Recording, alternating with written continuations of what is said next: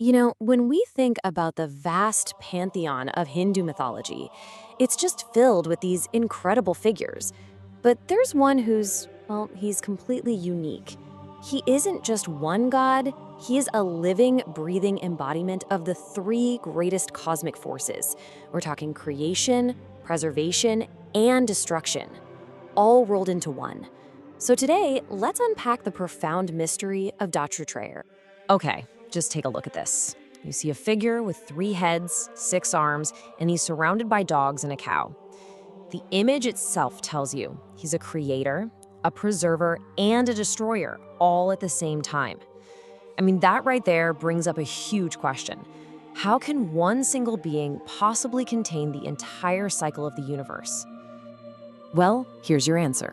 This is Dattatreya. He is a single divine incarnation of the Trimurti. That's the Hindu Trinity. So he's Brahma, the creative spark, he's Vishnu, the force that sustains everything, and he's Shiva, the power of transformation, or what we sometimes call destruction. His name itself, which means given to Atri, is actually a huge clue that points right to his amazing origin story. So how in the world does a being like this even come into existence? Well, the story is pretty much a divine drama. It's this incredible test of virtue and devotion that all starts with 2 really remarkable people. At the very heart of this legend, you've got the great sage Atri and his wife Anasuya. Now, Anasuya wasn't famous for her wealth or her power. She was known for a piety so deep, so profound that people were talking about it all the way up in the heavens. And, it was that very virtue that actually set a cosmic test into motion.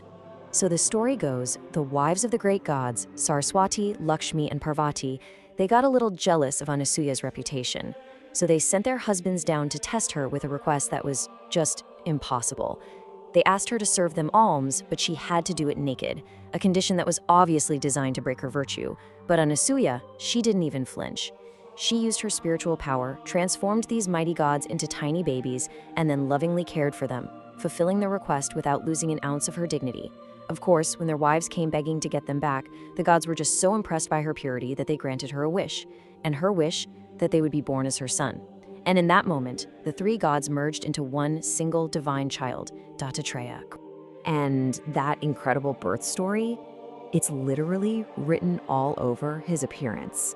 Every single element of Dattatreya's iconography isn't just for show, it's a profound lesson, like a visual roadmap to his divine nature. Yeah, his form is just so packed with meaning that it's been studied for centuries. It's way more than just a picture. It's like a whole philosophy in one image. So come on, let's break down the key elements together. All right, we gotta start with the most obvious feature, the 3 heads. Each one represents a member of the Trimurti. It's this constant visual reminder that the great cosmic forces, creation, preservation, and transformation, they aren't separate competing powers. They're all part of a single unified process. And what about those 6 hands? What's he holding? Well, you'll notice these aren't weapons for some worldly battle. Oh no, these are instruments for spiritual liberation. You've got the trident to destroy the ego, the discus that cuts through our karmic ties. I mean, each and every object serves a higher purpose. It's like a complete toolkit for awakening the soul. And you'll see he's never alone. The 4 dogs that are always at his feet, they're not just pets. They actually represent the 4 Vedas, the foundational holy books of Hinduism. They stand for ultimate knowledge. And the cow with him is Kamadhenu, the mythical wish-fulfilling cow, a symbol of Mother Earth and all of her abundance. All of this incredible symbolism, it really points to a deeper truth. Dattatreya is so much more than a deity to be worshipped. He's revered as the supreme teacher, a guru whose wisdom just echoes through the ages. In so many traditions, he's known as the Adi Guru. So what does that mean? It basically means the first teacher. This title makes him the original source of spiritual knowledge, the guru of all gurus, you could say, whose teachings are the foundation for entire spiritual lineages. And his role as a teacher isn't just stuck in some ancient myth. Devotees truly believe he has come to Earth multiple times to guide humanity. Just look at this timeline. It highlights some of his most revered avatars, stretching from the 13th century all the way to the 19th, with figures like Swami Samart and, in some traditions, even Sababa of Shirdi. It really shows that his teaching presence is seen as this timeless, recurring force for good. So, with this incredible, enduring legacy as the ultimate guru, how do people celebrate him today? Well, there's a huge festival for that, celebrated by millions. It's called Datta Jayanti. Datta Jayanti is the annual festival that marks his birth anniversary. It's celebrated with just so much devotion, and it falls on the full moon day of the Hindu month of Margashirsha, which for us is usually in December. So, for example, the next celebration is on Wednesday, December 23rd, 2026. And for his followers, this day is a really significant time for spiritual practice and deep reflection.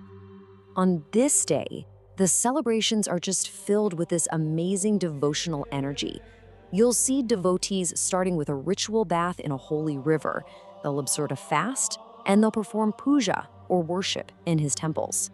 It's a time for deep meditation, for reading the sacred texts that are attributed to him, like the Avadhuta Gita, and for singing beautiful devotional songs that honor his life and his teachings. It's a whole day just dedicated to connecting with his divine energy. So when you really think about it, Dattatreya isn't just Brahma or Vishnu or Shiva. He is the unity of all three. He represents the beautiful harmony of cosmic forces that we often think of as separate. And that leaves us with a really powerful question for our own lives, doesn't it?